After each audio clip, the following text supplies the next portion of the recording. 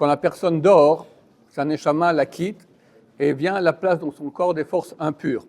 C'est pour ça que sous le lit de quelqu'un qui dort, il y a beaucoup de forces impures, un point tel que si on a mis là-bas de la nourriture, cette nourriture devient interdite à la consommation.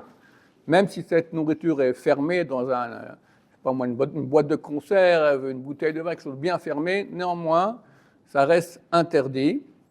Le Rav Ovadia Yosef dit si c'est Hefsed Meroubeh, si c'est une grande perte, un Beaujolais 1934, cachère de l'époque, je ne sais pas si ça existe.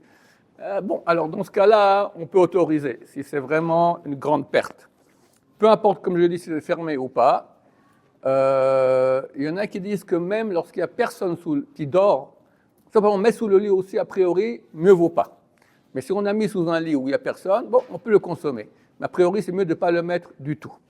Maintenant, si dans les cas où, par exemple, on a mis sous un lit où il n'y a personne, ou bien si on a mis quelque chose qui a une grande valeur, on veut quand même le consommer, c'est bien de le rincer 3 fois avec un keli, comme Netilat Yadayim.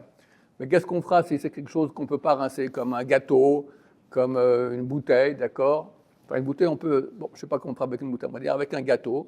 Alors, on peut le congeler, et une fois qu'il est congelé, on peut le rincer 3 fois avec de l'eau. Ça va, ça ne va pas gâter le gâteau, et comme ça, on peut autoriser. Ce n'est pas a priori. A priori, on ne met rien sous le lit, parce qu'il y a des forces très, très impures qui sont là-bas.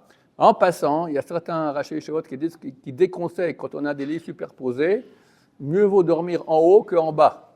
Parce qu'en bas, tu es sous la touma du type d'en haut. Donc c'est plus conseillé d'être en haut que d'être en bas.